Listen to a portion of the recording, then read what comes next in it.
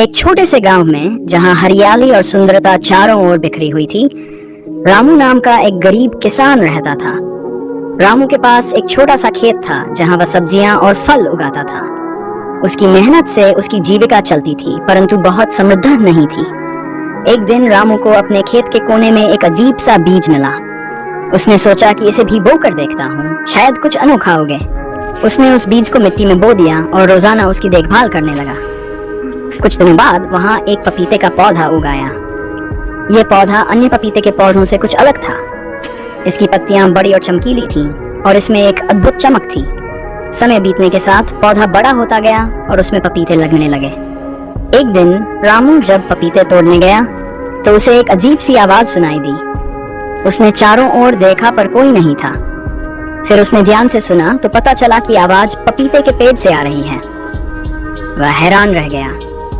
पेड़ ने कहा, रामू, मैं एक जादुई पपीते का पेड़ हूँ। मैं तुम्हारी मेहनत और ईमानदारी से प्रभावित होकर तुम्हारी मदद करना चाहता हूँ। जब भी तुम्हें किसी समस्या का सामना करना पड़े, तुम मुझसे बात कर सकते हो। रामू को पहले तो यकीन नहीं हुआ, परंतु उसने अपनी समस्या बताई कि उसकी फसल इस बार अच्छी नहीं हुई और उसे पैसों की कमी हो रही है। पेड़ ने उसे अगले दिन कुछ खास पपीते तोड़ने को कहा। अगले दिन रामू ने पेड़ के बताए हुए पपीते तो तोड़े और जब उन्हें बाजार में बेचा तो उन्हें बहुत अच्छे दाम मिले। पपीते न केवल स्वादिष्ट थे, बल्कि उनके पास एक अनोखी खुशबू भी थी जो सभी को आकर्षित कर रही थी। रामू की आय बढ़ने लगी और उसकी स्थिति सुधरने लगी। वह पेड़ हर बार रामू की मदद करता जब भी उसे जरूरत पड़ती। रामू ने कभी भी उस पेड़ का दुरुपयोग नहीं किया और हमेशा उसकी देखभाल करता रहा। धीरे धीरे रामू का खेत पूरे गांव में प्रसिद्ध हो गया और वह समृद्ध हो गया।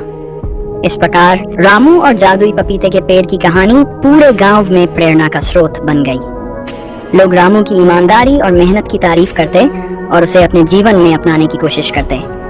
और इस तरह रामू और उसके जादुई पपीते का पेड़ हमेशा के लिए खुशहाल और समृद्ध जीवन जीते रहे।